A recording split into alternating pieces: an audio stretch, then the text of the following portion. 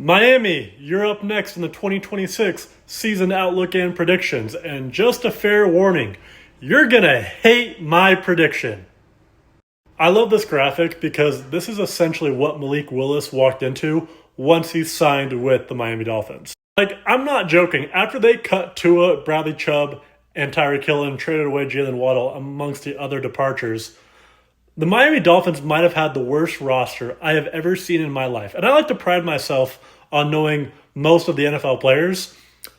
I had to look a lot of those names up.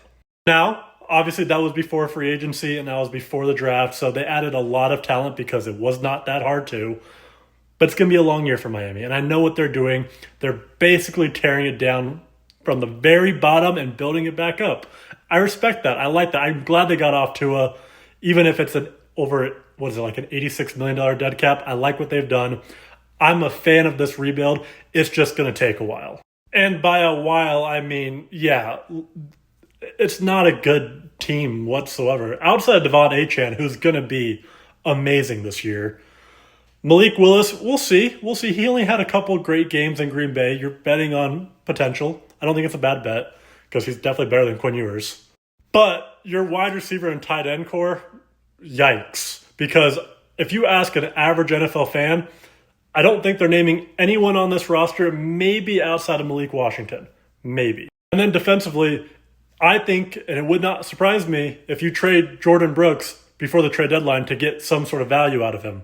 Because one, he's an awesome linebacker, but two, I'm a huge Jacob Rodriguez fan, and I do think he is a dark horse for Defensive Rookie of the Year. And then outside of that, your front four is solid with Kenneth Grant and Zach Sealer and Chop Robinson. Your secondary is horrendous.